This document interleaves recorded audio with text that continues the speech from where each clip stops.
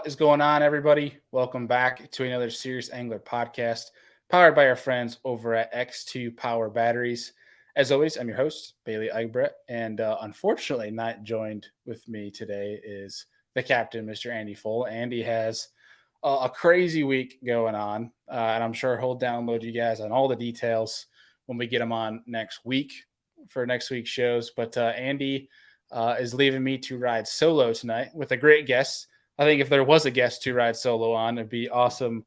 It's awesome that I have this guest tonight, Mr. Lou Monetti, who will be fishing the Classic here in probably I think it's literally about 2 months now. Yeah, about 2 months, almost on the dot. He'll be fishing the Classic, which is nuts. Which we're going to talk about it, obviously, when we get him on here. But Louis makes everything easy. So it's going to be a great one-on-one show with Louis. But before we get Louis on the show, a couple things for you guys. Louis and I are actually talking about this offline. If you're going to be at Redcrest or the Classic, let us know because we're going to be there. We're going to be at the Classic walking around. We'll have obviously some things to do work-wise while there, but if you're going to be at the Classic, let us know. Same with Redcrest. We're going to be doing some we don't know if they're going to be live yet. We're going to do shows at Redcrest. They're going to have a whole booth type of deal for us. If you guys want to get in on any episodes while you're there, let us know. We're going to probably have some things scheduled, but we might even leave some time slots open where if you watch the show, if you listen and you want to be on the show one of the times for 10, 15 minutes, something like that, let us know. We'll figure something out. But if you're going to be at the events, give us a holler. Tomorrow, Andy has a new Lure Lab episode coming out on winter crankbait fishing.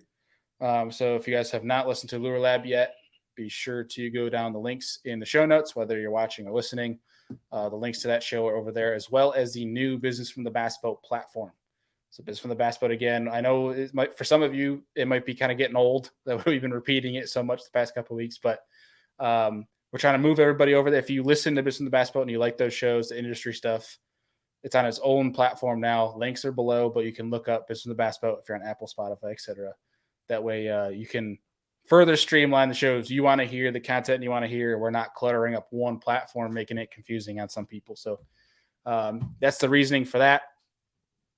If you guys, last piece of business before we get Louis on here, we had Steve Barden on this past Tuesday night. It was a Wednesday episode for MP3. He's a fisheries biologist. If you guys want insane amount of fish behavior, science, biology knowledge dropped on you, highly recommend listening to that episode. There's probably 7 different times in that episode that I didn't know what to say next after Steven answered a question because I, one, was trying to figure out all the big words he was saying, but two, the knowledge he dropped and of kind of opened your eyes to some things about bass fishing was incredible. So definitely give that a listen. But without further ado, I'm going to get on our guest here, Mr. Louis Monetti. What's going on, man? What is up, buddy? I am just hanging. What's going on? Man, I know it's a crazy week for Andy. We were talking a little bit offline, Yeah. but I think it's been a crazy week for everybody. But it's definitely got to be, dude. I don't know how you're sleeping at night. I get excited. I'm going to Florida just to go fishing for. I'm going to fish tournament stuff, but Yeah. to go see family and fish for a month here in a couple of weeks, and I can barely sleep because I'm thinking about that. But you're fishing the damn Classic. Yeah. You got to be excited, man. Dude, that's been my kind of overwhelming feeling as of late. We just did with BizBaits, we did a show in Raleigh this past weekend, and it was awesome. It was a great time. Had a bunch of people come up to me and wish me good luck and the whole nine. And a couple of people asked how are you feeling? What's going through your mind? And basically I'm so excited, and I feel like that's weird because definitely going to be some nerves. I think especially once I get there and take off and the whole nine. But right now, man, I'm just so freaking pumped. That's the number one feeling I've got towards it. I don't know how you're handling it, man. I'd be when I think about just a regular tournament, I get such an energetic rush that I have to contain myself. I have to it's not one thing where you kind of think about it, you get excited in your brain. I have to talk to myself hey, dude, you gotta chill. Yeah, go outside, shotgun a beer, relax, come back in and take a chill. I don't know how you're doing it. 100%. And kind of to go further on that, it's so not to get too technical, freaking first 5 minutes I'm on, but oh, let her rip, bud. kind of a little way that I feel like I did so well last year. You know, we won team of the year on top of obviously the whole bracket thing. Um, I think something that helped me out a lot was that I didn't fish a lot, and that's gonna sound super bizarre to a lot of people, I'm sure, but I like really outside of tournaments, I did not fish very much. And so when it was time to like get out of work and freaking drive to God knows where to go and fish, I was just so excited. And I think it kind of helped me like start the week off, regardless of if I saw a cold front coming or it was going to be miserable. It was a lake I wasn't excited about. Going into a tournament, I just had this excitement to go fishing. And so I think that's definitely going to help me out. It's something like I said, something that did help me out. And I think it's something that's going to help me out going to the classic because honestly, dude, I have not been fishing. Well, it's that that PMA, right? That positive Yeah. mental attitude. That's the think positive, good, like positive results. I can't honestly. I don't know how the Yeah. verbatim what that the slogan is, but I mean, I think when you have that anticipation, you're excited for something. You fish a little bit more free. Mm-hmm. Whereas if you've been fishing a lot, you're doing a bunch of different things are going on. You when you think about a lot of things going on, you start thinking about the tournaments. You start thinking about you overthink. You know what Yeah. I'm trying to say? That it can cloud that excitement, cloud the judgment, and Yeah. you make some weird decisions. But I could definitely see where Absolutely. you're coming from in that, which is actually it's interesting. So Deacon on our team, we had this conversation before. Deacon's like yourself, where he doesn't fish too much outside of tournaments. Yeah. Where I am like, if I had a choice, I would get rid of tournaments because I just like to learn. I like to fish. Yeah. We're two completely different people in that. We still love fishing, but we're just like completely different attributions to it. I think it's such an interesting thing about tournament fishing, where some people are just so driven by the excitement of competition. Yeah. And that's the thing is that like that's the thing that's weird about me is I feel like I'm more like you in that aspect where it's like, dude, if I can get out there, I'm going to. And like I need to. Like I'm addicted to it, you know? It's just I love to fish.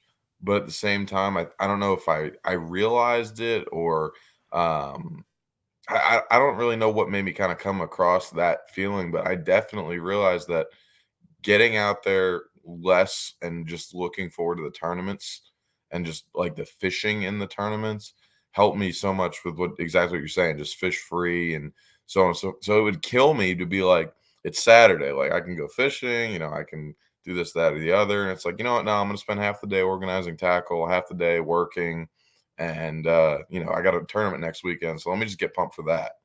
So kind of a weird way of doing it. Have you started tackle prep yet for the Oh classic? God, no, dude. Dude, I love that. I love people that are so chill about it because, dude, if it was like, say, the classics in August and I'm in the classic, I'd be tackle prepping now.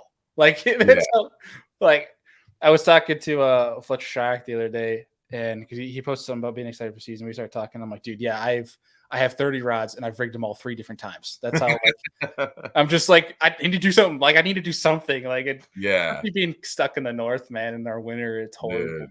I don't that is one thing. I miss a lot about the North when it comes to fishing, but frozen water is not one of the things I miss. No, no, I'm not a big ice fisherman unless there's beer involved. That's Yeah, about the only time.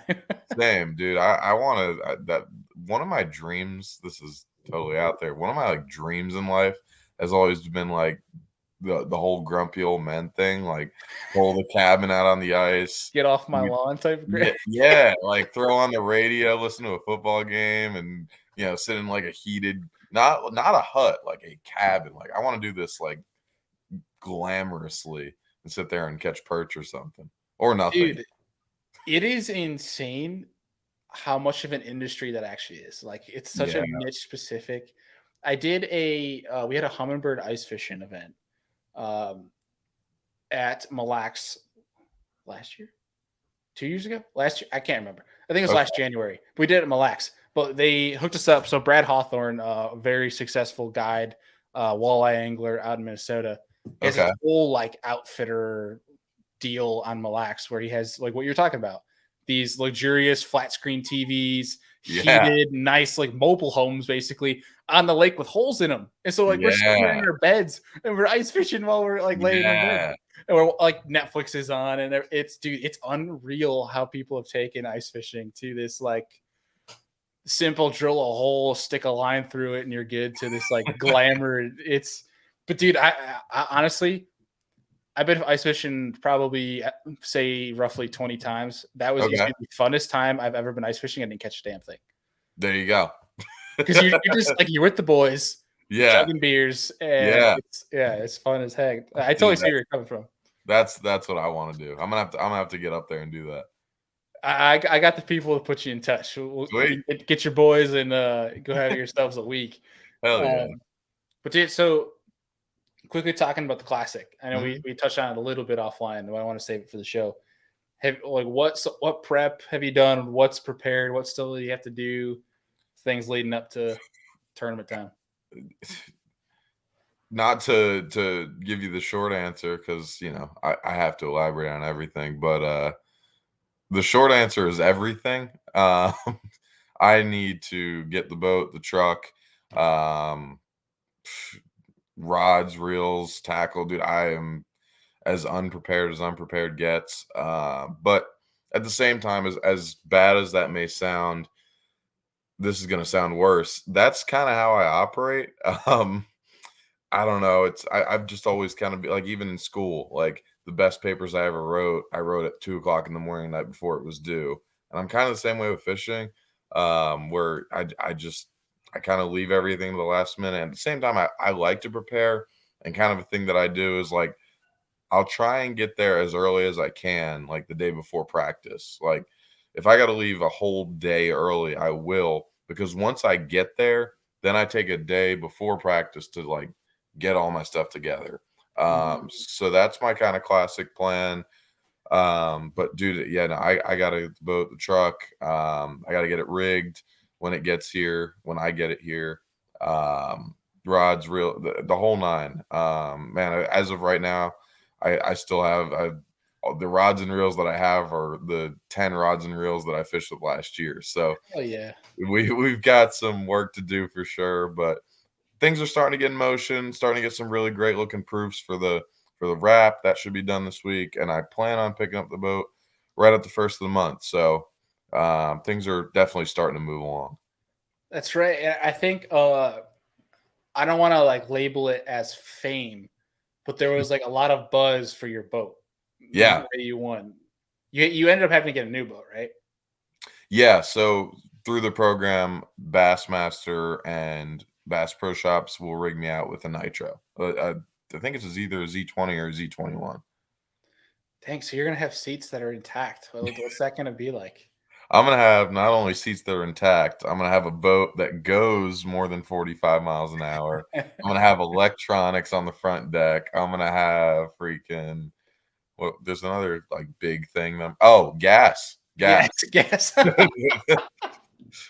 I'm gonna have gas. I love that. Yeah. That's Yeah. awesome. It's gonna be sweet. Well, dude, that's freaking cool. I'm hyped for you, and I think one thing Thanks, bro. that's really interesting about it is I don't think you're the kind of person that's gonna let like that new flashy boat change you, which I Yeah. think is super cool. And I don't want to put too big of a label on you as like I'm a superstitious guy, so I don't want to say that, but I mean this as a compliment. You remind me of a John Cox, a young John Cox. That's the biggest compliment I could get. One, I want to say just from fishing style because no electronics, pure instincts, which I think is the biggest compliment, especially nowadays with the electronic age. That's a huge factor to have that I think John Cox, like a Keith Carson, those guys rely on. Keith Pochet, a lot of keys. But that also, honestly, I've spent a decent amount of time around John Cox, and you guys have a very similar like mantra. You guys are very like John. I've seen him after when he's been driving like a day and a half straight, and you'd think I would be negative that I have to go work a trade show now, and I'm all groggy. Dude's still the happiest guy you've ever met. And I think you're exactly like that. You're very free floating. I'm going to go fish how I want to fish. And I think that's a big thing you got going for you. And I think honestly, that's another egg in the sack for you as you I'm assuming you're going to try to potentially try to go pro, right? Yeah, dude. Thank you so much. That's I appreciate it big time because that's that dude is one of my heroes for a multitude of reasons. But yeah, no, that's good stuff. And absolutely, man. I mean, I got on top of the boat truck classic. If that isn't enough, I've got entry in all 9 opens. And I'm gonna give it my all without a doubt. Um, I've been kind of telling companies and stuff that I've been talking to because I've and couldn't be more grateful. I've gotten hooked up with kind of all the college series sponsors for this year. And I don't really know how 2024 looks. We're going to kind of see and figure it out. But what I've been telling other companies is like, look, I've kind of got this year figured out, but this isn't it. I mean, I'm not giving up. If I'd finished last in the points this year, we got I've kind of the overwhelming feeling I've had since winning the tournament. And I've always felt this way anyways, regardless if I won the tournament or not. But I've kind of known that regardless, I was going to give this a shot. So for at least the next 2, 3, 4 years, I'm definitely going to be trying to make the Elite Series. That sounds ridiculous coming out of my mouth. Just from a where I was 6 months ago perspective, but I mean, yeah, dude, I'm definitely all in, and we'll see. I mean, like you said, I've just got to kind of keep that same mindset and attitude that I've had. I feel like that's the biggest thing for me, and that's going to be the biggest struggle this year for sure. Yeah, and I mean, it's cool to watch people, and I say this, I'm 25 years old, but like I've seen enough and I've heard enough and I've been around enough people that have been around the block to be able to speak to this. Where it's the fishing industry isn't huge, and tournament fishing is even smaller, but the tournament, like like especially like the elites, they put you at such this pedestal, Hmm. and people that go on, it's cool to see the people that how they manage that level of exposure. And I think as a lot like you to your point, as long as you keep that like who you are, I think you're gonna one do really well outside of just the tournaments because we've had this conversation on the show a lot that the sport of bass fishing in the future going forward needs more characters, Hmm. needs more personalities. We have a few. We have Matt Robertson. We Hmm. have because like the KVDs, the Ikes, they're still like prevalent now, but they're the next generation to phase out of the Yeah, sport. yeah, Where we need more Matt Robertsons and BPs and things along those lines. I think you're one of those people that could be like with Matty Wong, one of those young guns that's coming up. yeah. Um, I think you'll do really well on the business side, especially if you keep to yourself. And the fishing is only going to come along with that. So I think you keep that up. But one thing I'm curious about, because I read an article, I think it was Bass Blaster today, where he was, I think it was 5 Qs with Fighter, where they talked Okay. about this forward facing sonar movement and how so many more people are getting it, pushing them away from the bank, leaving way more room for the guys that are on the bank. What are your thoughts on that? Are you going to stay away from the sonar and stay on the bank? Like, are you going to try to learn it? Like, what's your take? Well, first thing, I have I've definitely taken my shots and buddy conversations and such at forward facing and technology and stuff. But at the same time, I genuinely believe that it is the best thing to ever happen to a guy like me. Um, I think a lot of people see it and need it and see these tournaments being won on it and yada yada yada. I've just proven, and a number of other people will continue to prove outside of me that it's not 100% necessary. Um, as much as, right now I can say this because I'm not with a electronics company that is forcing me to say this. It's not a 100% need. Um, Right. the bass don't know. Well, actually, they might know, which could go further into my point here. But they don't know if you have it or not. They might, but They got their which own forward facing sonar. exactly. But at the end of the day, they're still bass. I mean, they're still fish. You put the bait in front of them, they're gonna bite. If getting into too much there, but I don't know. I believe that it was the best thing ever happened to me. I think if forward-facing sonar, I'm not gonna say if forward-facing sonar didn't come out, I wouldn't be where I am, but I believe that it helped. I know myself, and I've heard just recently, it's not been overwhelming, but just recently I've heard a couple of different pros that are bank beaters and guys that like to flip and this, that, and the other are like, dude, this is great. I can fish freer. There's nobody here. Mm-hmm. That is a huge, huge deal. I mean, we all talk about all the time the amount of pressure our lakes are getting, especially now. Since COVID, I feel like so many people have bought boats and Mm-hmm. started fishing, and a lot of people bought boats and started fishing right when the forward-facing sonars thing started happening. So everyone got into it, and everybody had to have it, and the whole nine. Um, so I think it helped me out big time, and I think it helped a lot of other pros out. That even if it's not showing in results, which in my case it did, guys that are bank beaters or flippers or froggers, they're feeling more confident. They're feeling better about their chances because you go to the bank and you're free, and fish still got to go to the bank. I think I'm getting real long-winded here. In like the 2010s when side scan and all that. That was kind of when I was getting into it. You heard so many guys say, "Oh my God, there's fish offshore that we never knew about." Mm-hmm. Um, you know, I think the number that got thrown around all the time was like 80% of the fish spend most of the year offshore and stuff like that. Well, there's still a 20% that lives up there.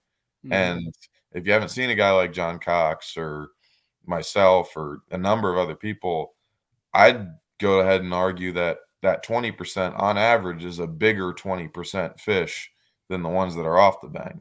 And in, BASS tournaments and now MLF tournaments, it's best five. So, Yep. I think that it definitely helped me. I think it can help a lot of other people.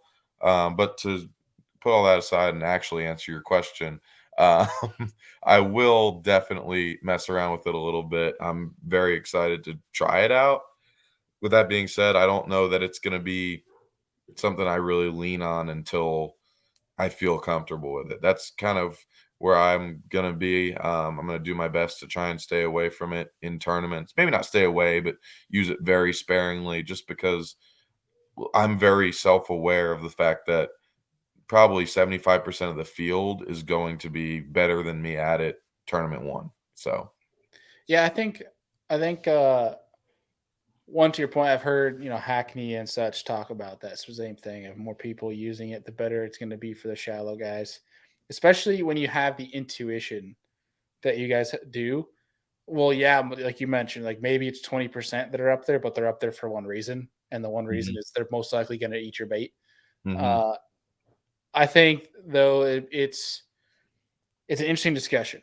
Like I look at a shallow guy and I think like a 360 could be an advantage. Or Lawrence just came out with a new mode for their active target that's like basically like a 280 or 275. That's like essentially like a live 360.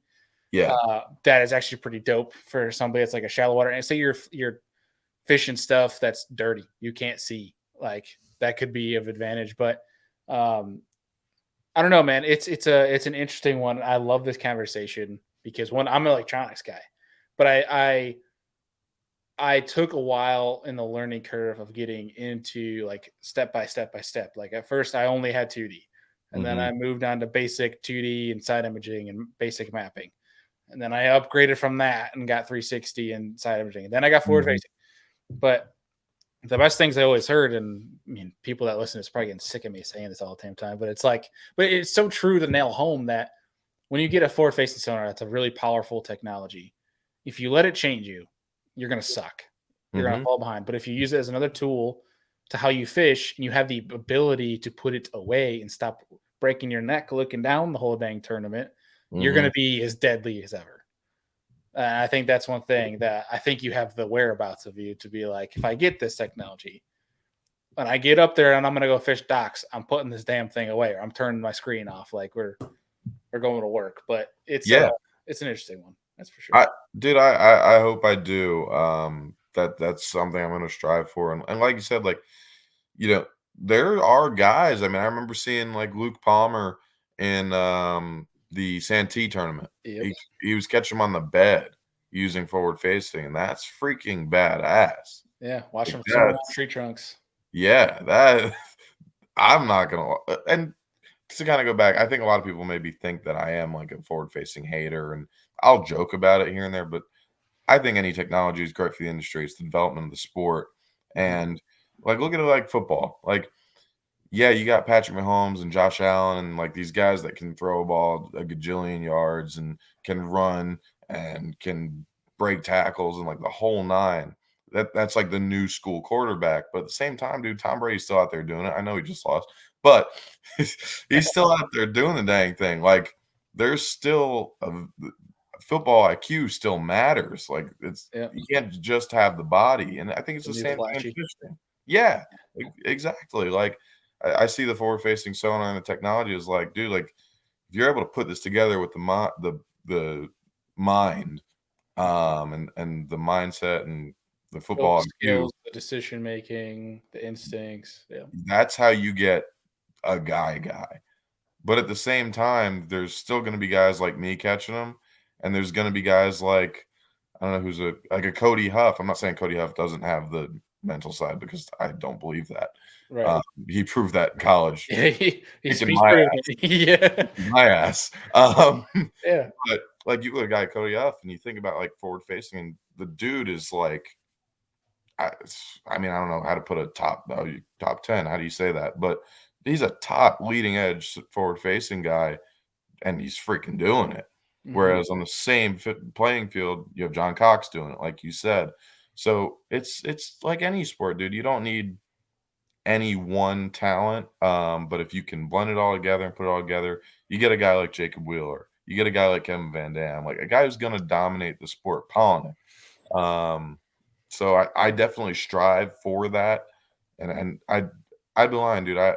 I've said over and over, I don't wanna just especially to buddies, I think this is probably the first time I'm saying it publicly out loud, so I don't wanna be just a guy who makes it. I don't wanna go out there and win a classic and, like, "Dude, I did that." I wanna be the best that there ever was, so Mhm. down the road, I want to learn all that stuff and become the best I can be at it, but at the same time, I can be real with myself and look in the mirror and say, "Lewis, you're not gonna figure this out in a month," because 'cause I'm not. Yeah. So Yeah, that's a really good know-how of yourself, like, be able to look in the mirror like, "You ain't it yet," but, like, that's the point, you ain't it. Okay, but the you break that up, yet. There's a lot Yes. yet means a lot more work to do, but I think that's the one, interesting part of industry is watching certain anglers and their styles when they try to conform to the new craze. Mhm. You see some of them adapt well, you see some of them that realize, "Yeah, you know what? That ain't me." Yeah. And they move on and they are still successful in the way they fish.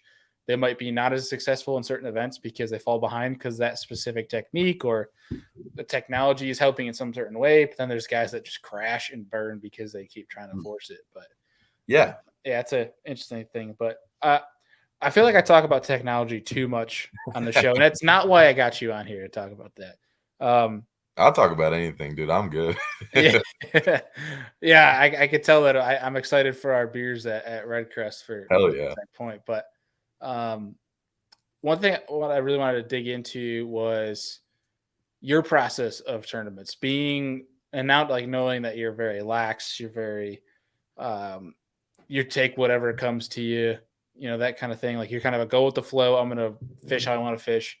How do you break down water? Like if you're very last minute stuff, like doing the like rig and tackle the day before, like what does your process look like before practice, and then going to practice say in a brand new body of water and breaking that down, trying to find bites. That's, that's one to dive into for sure. I I feel like I have a very interesting way to do it, and I don't know. I don't know if this is a real unique way of looking at it or I think everybody does it different. It's like anything else in fishing or just sports in general. For me personally, I'm the exact same way with the tackle prep as I am with the lake prep. Um, I was the guy, I have been the guy who like sat there and freaking inched along every single contour. I've been that guy. I've had some success doing it, but not a ton. My kind of approach this past year, and I like to use that as a reference just because it's like kind of my coming out year in a way. And it's kind of the year it all clicked, and I kept the same exact mindset approaches throughout all 4 tournaments and the bracket. Winya just was bad. But I kind of was very consistent or tried to be. And so the way I try to look at it is, okay, I've got this lake. I know obviously I know a thing or two about this lake. I'll do a very basic research, or I'm such a nerd of the sport in off times and just throughout my life that I know of 90%, 99% of the lakes that I'm going to go to. For some reason, I knew of Eufaula, Alabama, or Oklahoma, which nobody should know of if you're not from Oklahoma. But anyways, sorry, Oklahoma guys. But I just kind of like to look at the lake. The only thing I'll do prior to getting there is look at the lake and try my hardest in a night, or however long it takes to get a general area that suits me and my strong suits and what I want to do. So I'll take Norfolk, for example. That was at one in Arkansas I had never been to. I looked at that lake instantly. I think bottom of the lake. Reason being, I like to fish clean water. Doesn't really, not super conducive for a shallow guy, which I am, but that's just how we do things. Uh, I think clean water. I come from the north. I'm confident fishing smallmouth. So like clean water. Okay, so I take the bottom creek. This is going to be my spot. I'm going to die here. So that's the first instinct. The whole rest of the lake wiped out. The caveat there being, if I put 5 days of practice in, 4 days of practice, 3 days, don't catch anything, okay, we're scrapping it. But let's pretend that doesn't happen. Right. I pick an area, and that's it. Like I'll pick that week of. That's totally it. I tie on, my 6 or 7 confidence baits, depending on time of the year, and I go to fishing. First day of practice is like, let me get a feel, some sort of feel. I don't. I'm fishing. I'm fishing. I'm trying to catch fish. My theory on that is it's usually 3-4 days ahead of the tournament. I'm not worried about sticking fish. Sure, I'm not going to go to some offshore hole that if I graph something on the way into a spot, seen offshore, I'm not going to go stick 30. But for the most part, I'm trying to catch fish. Then I kind of assess that night, okay, what do we have to go off of? What's water temp, clarity? Where did I find clean water? Is there no clean water? Are they moving up? Are they not? What's the weather going to look like for the rest of the week? Dude, I won't even tend to not try and look at that until I get there. Like even weather, like I want to be in the moment as much as physically possible. So that's my biggest approach is figure it out. As far as bait and tackle prep, that can be tough because how do you know what you're going to need when you don't know what you're going to bring? And I guess the way I would look at that is I have my things that I throw based on time of the year, and I don't deviate much. I'm a very simple color guy. I throw green pumpkin, I throw black, I throw white. Like it's as bare bones as it gets, as little thinking as it gets. I know they're going to bite green pumpkin, white, or black. So like I said, that first night I'll try and figure out some kind of something to go off of. If I find nothing, we pick right back up where we left off on new water. If I found a little something, okay, let's try and find a little bit more. But like, I don't know, the different areas of that area might fish differently. So it's just basically a big figure it out as you go. And as Michael, my college partner, and I and roommate, as we joke often because it's the truth, just about every tournament, the last 3 hours of practice, it all comes together. I don't know how that works out. I don't know if it's meant to be, but that's just kind of how it tends to go or went. And that's kind of how I do it. I wonder if I wonder if it's more of like a psychology thing where it's like there's a time crunch, so it's like helps you focus a little bit better. Yeah. Talking about that last couple hours of practice type of deal. Yeah. Maybe it makes you like step back and evaluate your options a little bit better. I don't know. Yeah.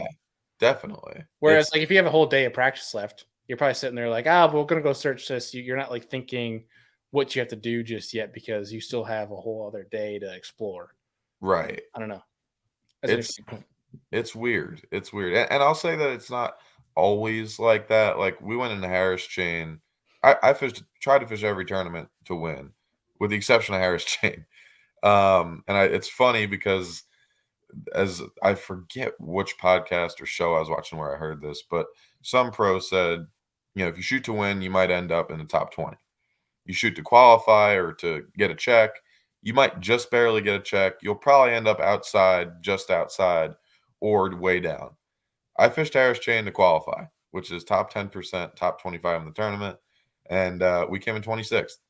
So Damn. that tournament, I went into it. I said, look, I don't punch. If sight fishing happens, I'll do it, very much so. But I love fishing offshore grass. It's what I grew up doing. It's the one thing I do that is totally off brand.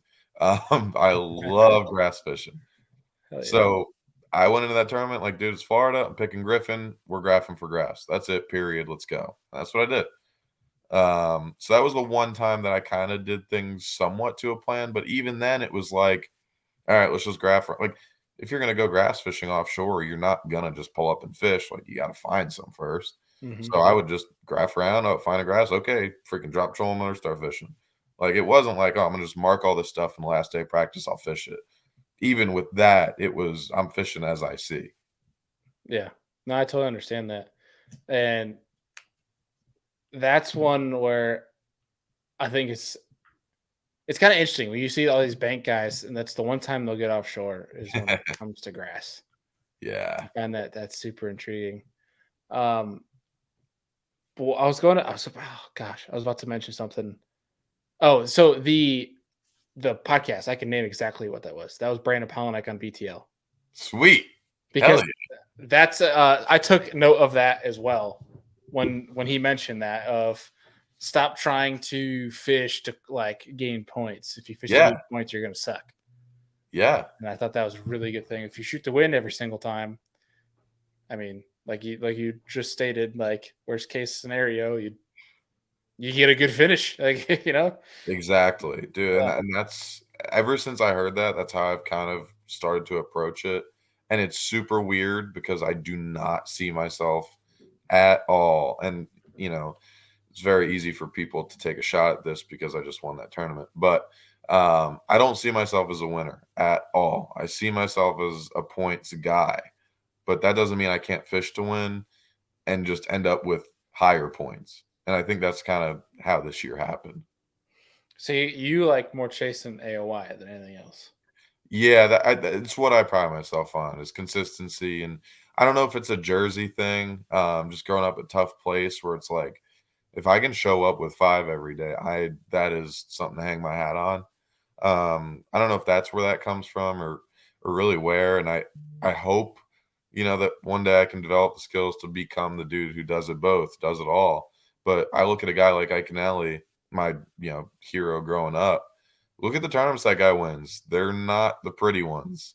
So I kind of imagine if I were to imagine the kind of tournaments I'll end up winning, case in point, disgusting fall tournament in the Carolinas. I'm kind of a very similar in my style in that I'm consistent, at least I feel I can be.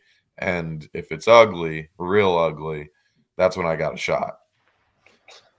Yeah, I was about to actually answers my next question was I'm gonna assume because of the Jersey heritage that you like grinders. Yeah, Yeah, that makes I sense. do. I especially I mean, throw every variable you can throw. I mean, throw tide, throw cold front, like let's go, baby. I mean, obviously, I hate fishing it. If it was up to me, I'd go to St. Lawrence and only fish there all the time and catch 54-pound smallmouth a day, without a doubt. Right. um, but that's my that and smallmouth tournaments. Honestly, it's weird being here and only doing it so much as a kid, but man, I do feel like my two true strengths right now as an angler are grinders and smallmouth tournaments. Honestly, I think that suits you well for Elite Series events. You're good at grinders and smallmouth herbs. You'll probably make a bunch of classics. I hope. I hope. I mean that's like a basically token out of Ike's book. Like grinders does really well with smallmouth derbs. Hangs in there for when there's slugfests. Yeah, Holds his own. But like, yeah, I could definitely. I mean, if you can hold your own in slugfest and you can do like top 10 the grinders, I mean, you're gonna be in the elites for a long damn time. that's the goal, man, and the goal is, to find a way to freaking win the slugfest, but right now where The I'm at hardest ones to win. yeah, right now where I'm at, I don't have that. Dude, my PB's at 7-1, like, that's the only fish over 7 I've ever caught, like, if I I'm ever right need there to with catch you. 30 pounds, I need to catch, like, 5 PBs. It's not good. Yeah, I'm right there with you, buddy. It's not an easy task. It took us this long Right. to catch that one. That's right. Um, so with that being said, looking at the opens next year, Mhm, is there one that you think I'm gonna ask you to call out two tournaments. One mm, being one you think that is your weakest, you think it might be your weakest event on paper, mhm. and then one that might be your strongest event. Oh, man. I I can't not, say my strongest event will be the St. Lawrence, and I could be so wrong about that because I've fished 2 college tournaments now there. I fished it was a regional, not a regional, a qualifier my freshman year and a national championship my junior year, and sucked at both. The freshman year one, they were spawning. The river was high water. We couldn't lock. It was weird. I came in like the 50s out of 170, one good. And then the next one was the Natty, and I came in 60th out of 65th out of like 140 or something. And that one, I lost the fish to win the national championship. Even though I didn't fish day 3, I lost like 24, 25 pounds day 1. Like it was the grossest, most disgusting thing that's ever happened in my life. So I'm hoping I can break my St. Lawrence curse despite it being Man. my absolute favorite place in the world and somewhere I feel like I'm really good on. What bait were you losing them on? A bait I no longer throw. I am telling you right now, I will not pick it up. I refuse to. It's a spy bait. I won't pick it up. Really? Okay, I It's mean, I guess that makes sense. All right, walk me through this now because I love throwing a spy bait. We're gonna go down this rabbit hole. Was it? What do you think it was? Do you think it was a setup thing, a hook thing? okay. So I do have a theory looking back on it, and that doesn't mean I'm going to pick it up because it's the devil. You can't throw it in my boat. It's illegal. I won't touch it. Throw the hair. Oh, I love the hair. Uh, a spy bait to me, in my limited experience with it, and I used to love it, but I think it's something that you really do need to have the right setup for. It's one of those few things, like a jerk bait, that if you're not throwing the perfect setup, Big time. it ain't happening. And being myself, the guy with the crappy boat, I don't know if this has been published enough. The rod and reel combos are not far off.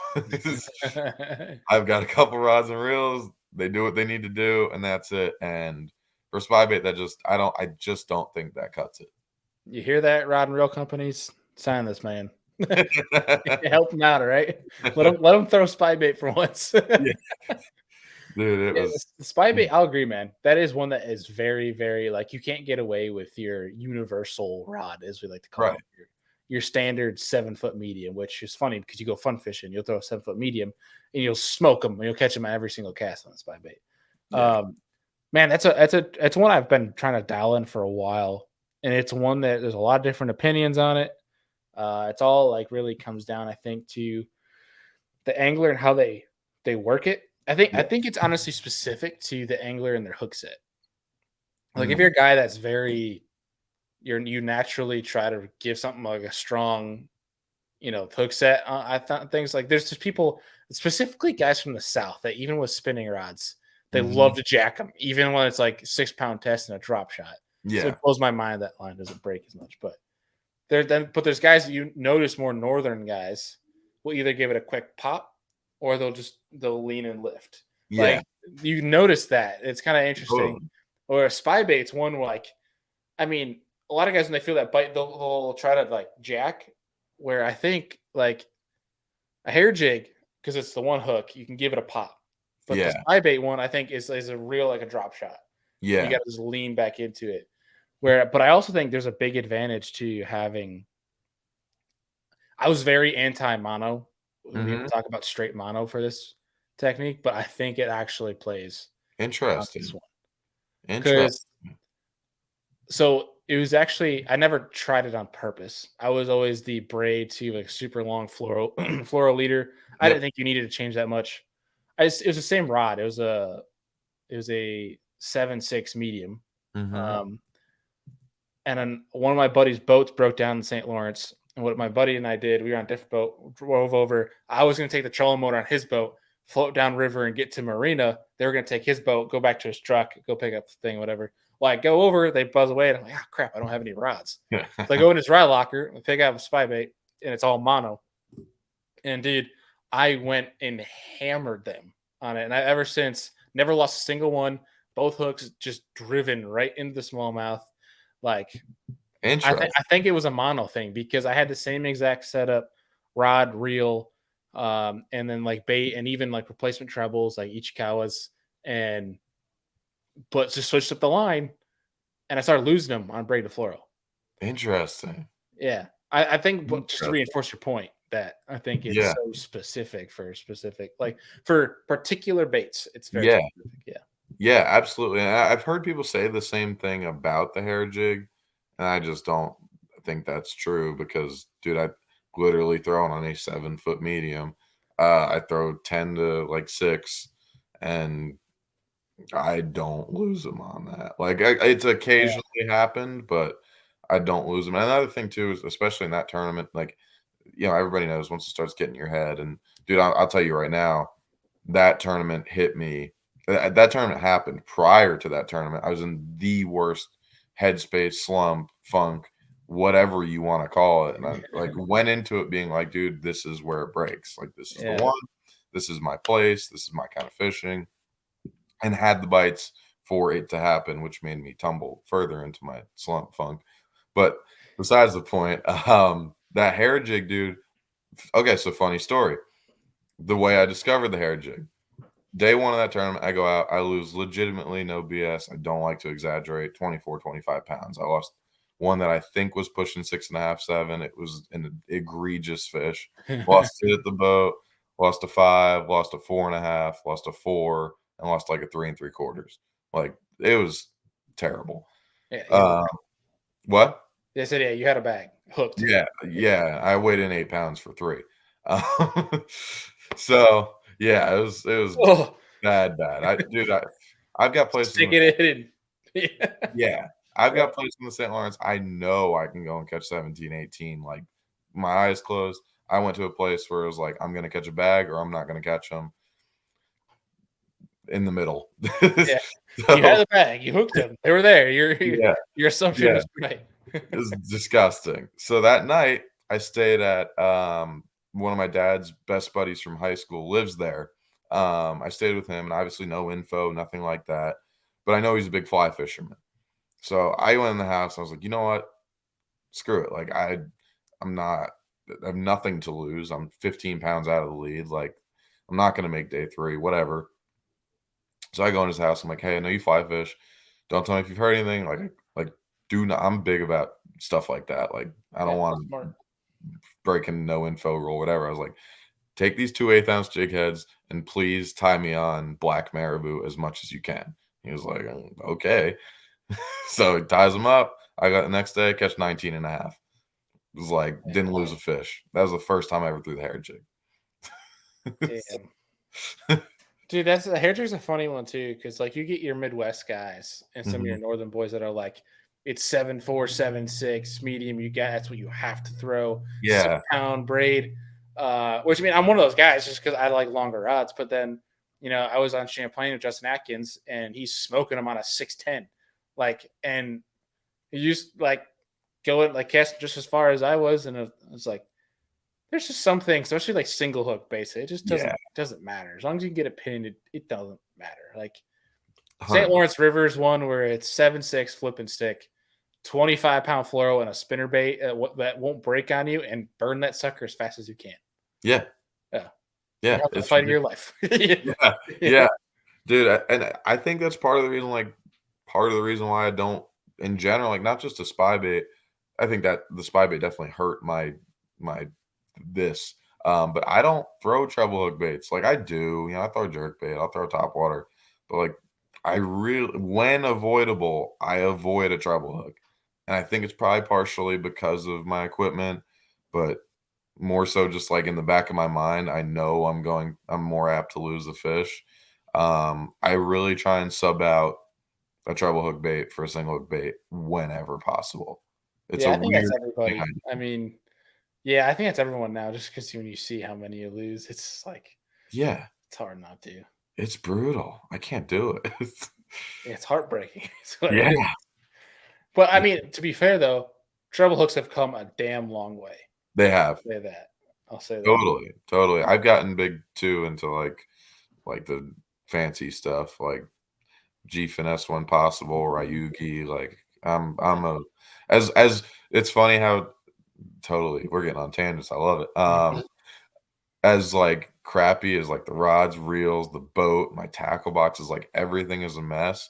When it comes to the actual tackle, I like am a mart. Like, dude, I am a freaking stickler. Mhm. Yeah, bad. Very OCD, organized, Yeah, the crucial stuff. organized is tough, but as far as what's being thrown out there, it's like it's perfect. Top notch. Yeah. Yeah.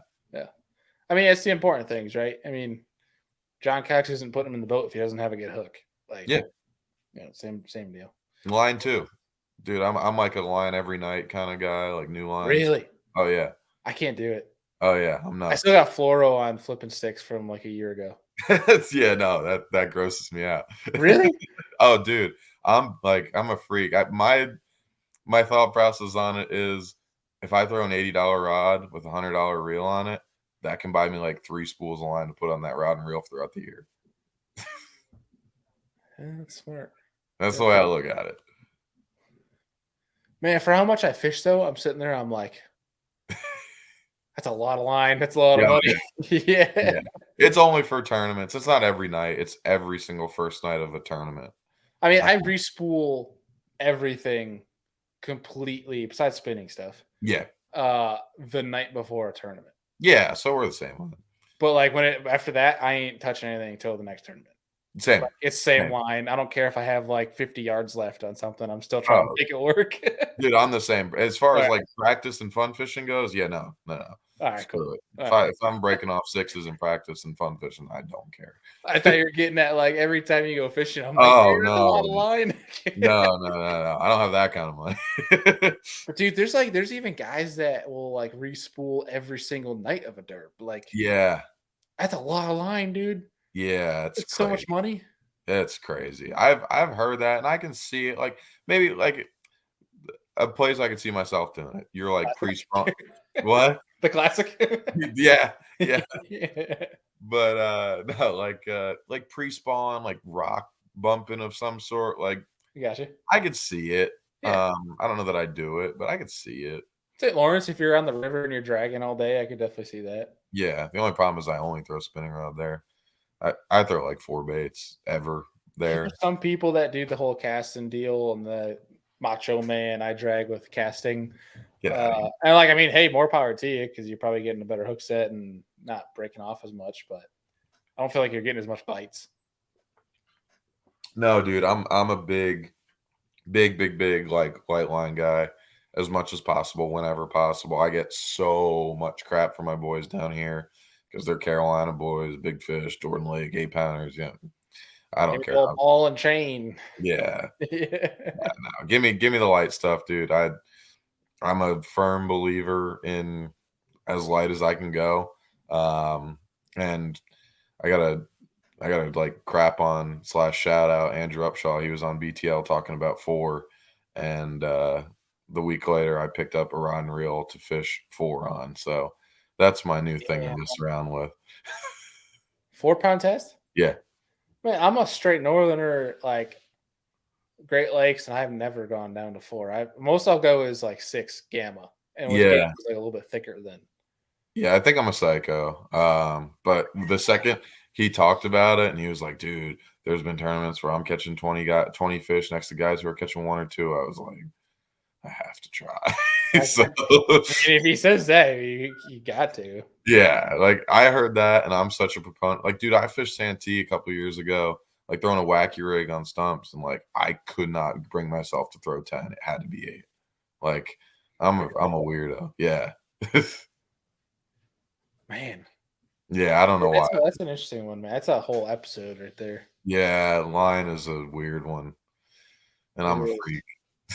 I think that's one that's probably like the most debated amongst fishermen. And Yeah, not even baits, it's line where it's like, nah, bro, I throw 15. Nah, I'm Macho Man, I throw 17. Like it's the dumbest conversations, but yeah, oh, that's good. Well, yeah, dude, we're gonna wrap this thing up here in a second, but I got two more questions for you. I know Andy asked you one of them, but yeah, which for people listening, this is the second time we've had Lewis on the show. We had Andy on the first time. Obviously, this is the second time he's with me. So we both had our turns with Lewis. So now we're gonna have to do a in person show together at Redcrest. I think that's where we'll have to bring it all back together, full circle. yeah. Um, but so my question for you is: if you didn't want to choose fishing as your career path, what would be your plan B? Oh boy, that's a brutal one. Okay, I got one. Something with baseball analytics. Oh, dude.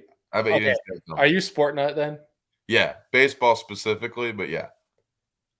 Dude, I was that way growing up with hockey. Like, Okay. were you a big trading card kid growing up? Not so much, dude. So it's weird. Again, get on tangent, but like I loved sports as a kid, especially football. And like something happened to me in high school where it was like I went completely, and I did like collect like baseball cards as a kid and stuff. But then like something happened in high school where I just became like stupid baseball Yankees nut and basketball Knicks nut. So yeah, Really? Okay. Dude, that's like the one thing that's sad to me that is I don't know if it's me getting older that I've lost touch with it or if it's actually like a dying niche, but like sport trading cards. yeah, It was like all I cared about as a kid. When I was growing up playing hockey, like I wanted to collect as many. I still have a stash. Like the box is massive. I think the last time I counted took me almost all day as a kid, but I was like 14 or 15. I had like 3,000 something hockey cards. But there was a lot of cards I could memorize. That was how I would study players too. Like as a grown up playing hockey, Ah, I studied their stats. You could tell me a guy back then. I can't do it anymore. Where you could yeah, tell me like Alex Ovechkin, 2008, 2009. I could tell you how many goals, assists, and points he'd have. I was yeah, super analytical, and that's what I thought I was going to do growing up. Was like I want to do analytics. I'm like I want to study analytics until I yeah, realized what that entails. I'm like screw that crap. Like it's not even fun. yeah. Yeah, that's cool though.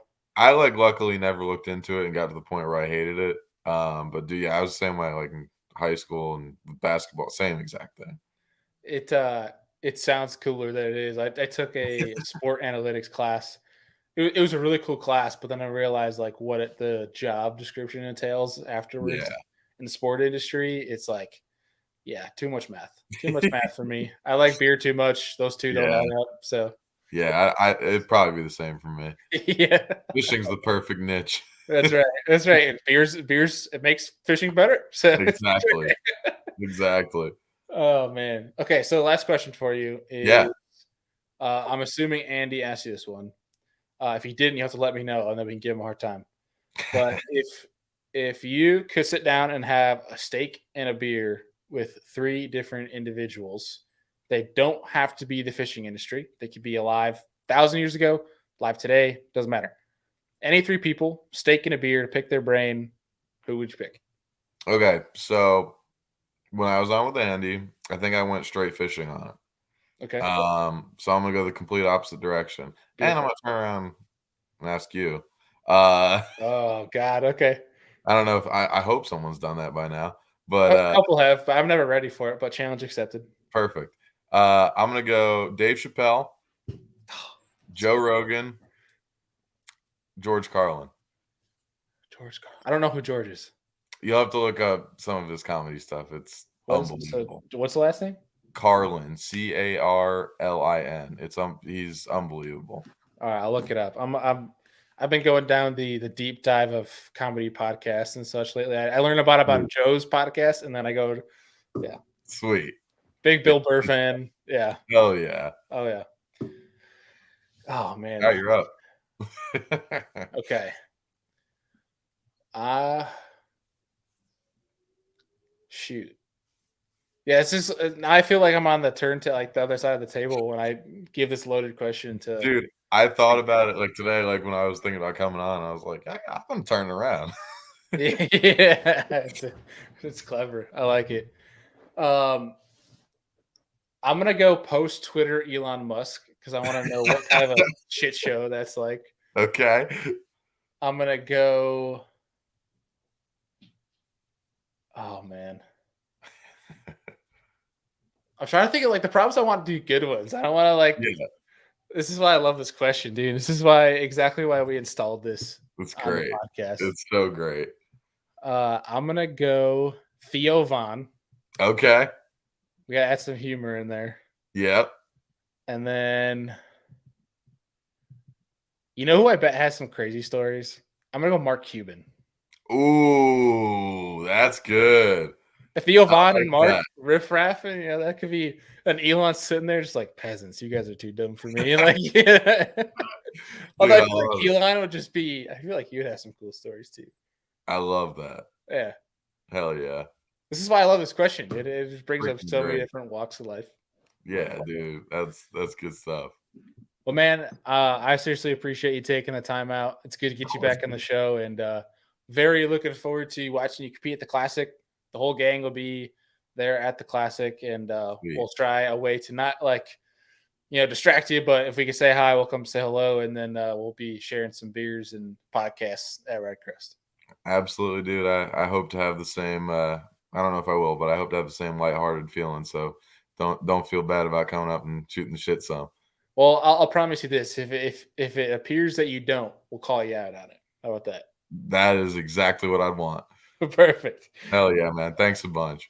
All right, dude. Well, I don't have anything to wrap up this show with for folks, so we're gonna cut it right here. But for real, thanks a bunch. And guys, if you are not following Louie, all of his social media is down below in the show description. Whether you're watching, listening, highly encourage you guys to listen. If you're going to the Classic, this is the guy to keep your eye on. And buddy, we'll be talking to you real soon. Thanks, pal. Sounds great. All right, man. Take it easy, folks. We'll see you guys next week.